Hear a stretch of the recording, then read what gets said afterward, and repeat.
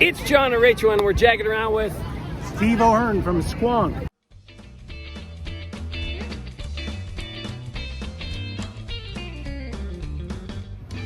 John and Rachel, and we are jagging around with, as you heard, Steve from Squonk, and that is Squonk back there, but really, we need Steve, to know why there's a giant purple hand in the middle of where McDonald's used to be in McKees Rocks. Oh, is this where McDonald's used to be? I had no idea. How about that? We're next to the Roxy and then across the street from the Father Ryan Arts Center. Yes. So we had a whole bunch of kids here gathered as soon as we put up these giant purple hands.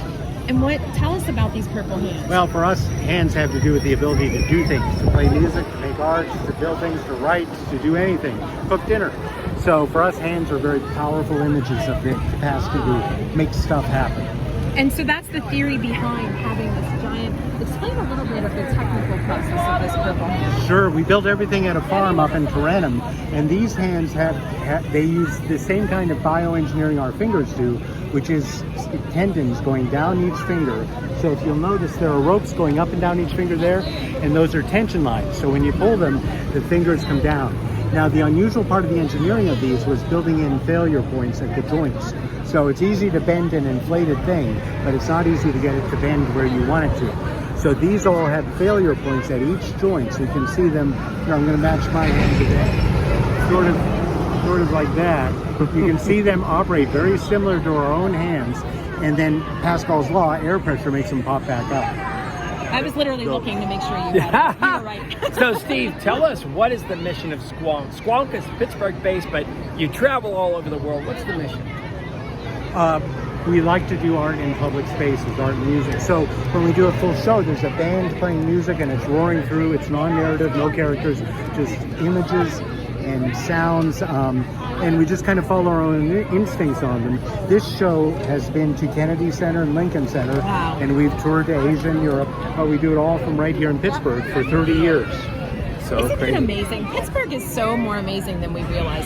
What has been your favorite part so far of this show? part? Jerry's not loving it. She doesn't like it. I like all of it. It's all fun.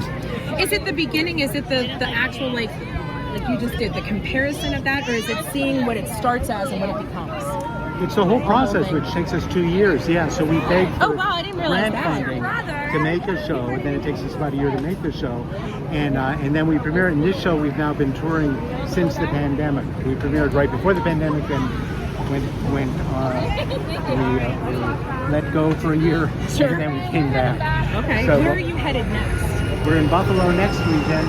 Last weekend we were in Long Island. Prior to that we were in Tulsa and St. Paul, and enough cities that I don't remember all.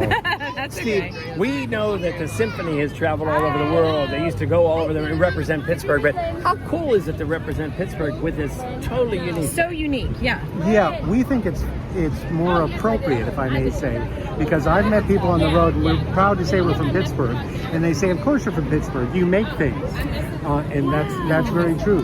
Now, a symphony, I know that there are good symphonies and bad symphonies, but you could go to Columbus or Chicago or Cleveland or Washington, and I think most symphonies are aspiring to the same thing. They aren't trying to be part of Baltimore or Cleveland. But we are definitely Pittsburghers in our inclinations and our kind of self-effacing humor. It's not got the pomposity of coastal art, I think. Why I think so. Why I the name concur. Squonk? We just wanted a silly word, honestly. Okay. Really? That's the answer. We'll tell you. I love the science. We've made up other stories. There's evidently a Pennsylvania creature called a squonk that weaves itself into tears and disappears. But we didn't know that when we named ourselves. Okay. This was all 30 years ago. We started mostly on the South Side at City Theater. Right. Mark Masterson hired us to do Night of the Living Dead, the opera. We did a show in a junkyard down there in Homestead. And from there we just kept spreading out.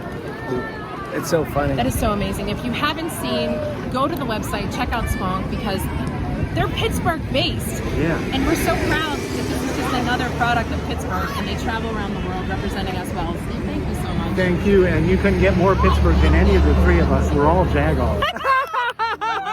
Well done. All right, Squonk. Squonk, good job.